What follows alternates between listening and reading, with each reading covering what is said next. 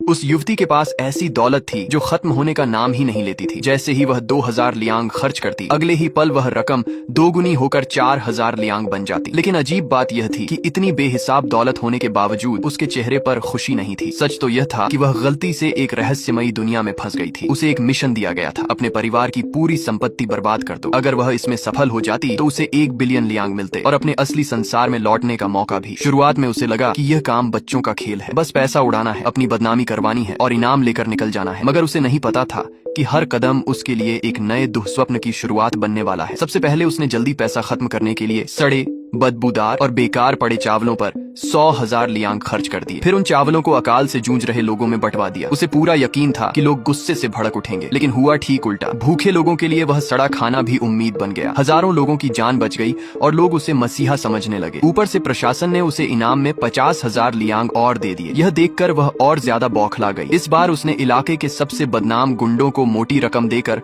अपने अधीन कर लिया। उन्हें खास कपड़े पहनाए और आदेश दिया कि पूरे शहर में डर फैलाओ, दुकानदारों से जबरन पैसा वसूलो और अराजकता पैदा करो। उसे लगा अब तो सब बर्बाद होना तय है। लेकिन जिन लोगों को समाज ने हमेशा ठुकराया था, उन्हें पहली बार सम्मान मिला था। शुक्रगुजारी में उन्हीं गुंडों ने बाकी अपराधियों का सफाया कर दिया। कुछ ही महीनों में वही गंदी गलियां सुरक्षित बाजारों में बदल गईं और लोग खुशी खुशी सुरक्षा शुल्क देने लगे। उसका सिर चकराने लगा। वह जितनी बुराई करना चाहती थी, हर बार उससे भलाई ही क्यों जन्म ले रही थी। हार मानने के बजाय उसने अगला दांव खेला। शहर के बदबूदार कीचड़ भरे गड्ढों को तुड़वाकर बेहद महंगे सार्वजनिक स्नान घर और शौचालय बनवाए। उसे उम्मीद थी कि लोग इसे पैसे की बर्बादी कहेंगे, मगर कुछ ही समय में पूरा शहर साफ, चमकदार और बीमारी मुक्त हो गया। इतना ही नहीं, बाहर फेंका गया कचरा गलकर ऐसी नई खाद में बदल गया जिससे खेतों की पैदावार कई गुना बढ़ गई। अब वह लगभग पागलपन की हद तक पहुंच चुकी थी। इस बार उसने बूढ़ों, बीमारों और कमजोर लोगों को दोगुनी मजदूरी देकर पहाड़ काटने और पत्थर ढोने के काम पर लगा दिया। उसका इरादा साफ था, काम मुश्किल होगा, लोग टूट जाएंगे और पैसा आखिरकार खत्म हो जाएगा। लेकिन दिन रात मेहनत करते हुए